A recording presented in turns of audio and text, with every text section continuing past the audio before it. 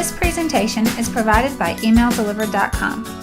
Email metrics are critical to measure how successful your email program is and to identify potential problems.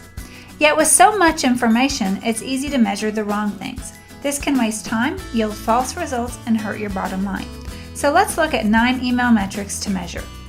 Number 1, list size. List size can be misleading. For instance, you could import the entire white page listings for Chicago and have 2.715 million quote-unquote subscribers. Of course, if you were to mail these supposed subscribers, you'd be spamming, so don't do it. But using this as an illustration, you can see that the sheer number of names is a lousy metric by itself.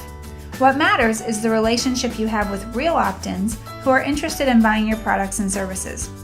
More is better only if they are the right kind of subscribers. Number 2, messages sent. It's important to get an accurate number of emails sent in any given campaign. All other metrics will come from this, so it's important to have accurate data. Some email systems do not provide this information easily. They show the intended recipients, which may include your suppression list, unsubscribes, etc. You need to find the actual number of messages that were sent out. Number 3, emails delivered. Deliverability is nothing more than how many messages were sent versus how many were rejected.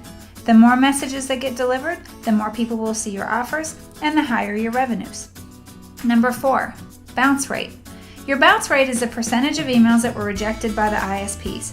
This could be due to message content, IP reputation, or simply bad addresses. But it's important to know why your emails are bouncing so you can fix any underlying problems. By the way, your bounce rate should be less than 1%. Number 5, unsubscribes. The unsubscribe rate is important because it shows you the campaigns that don't resonate with your audience. You don't want to get bogged down with the actual number of unsubscribes. Rather, if you get a higher than normal complaint rate or more than a few per campaign, understand that that's an indicator that that particular topic is not popular with your list, or perhaps that you need better segmentation with your campaigns. Number 6, spam complaints. Unfortunately, every time you send an email, there is the potential for complaints, even if you've done everything right and everyone on your list is a confirmed opt-in. It's just the nature of the business. Not every email will resonate with every subscriber. Look to keep spam complaints below 0.01% and watch campaigns with higher than normal complaint rates for your marketing. Number 7, open rate.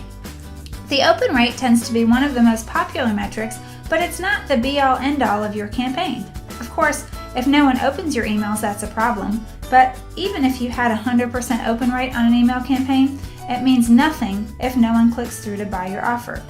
Opens can, however, tell you important information about engagement, subject line quality, and general interest from your subscribers.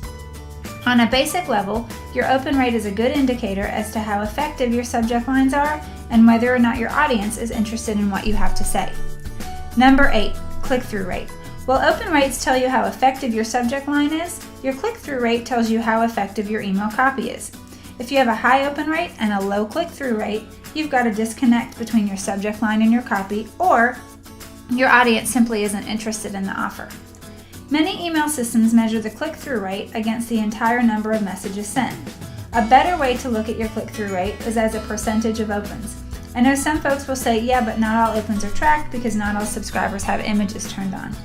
Yes, that is true, but it's becoming less and less so, and you'll still get a better indicator of the overall success of your messaging by measuring what percentage of the people that opened the message actually clicked through to the offer. Number 9, sales. This is the one metric to rule them all.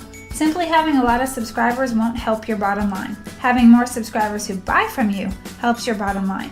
Sure, high open rates may make you feel better about your subject lines, but it doesn't put food on your table.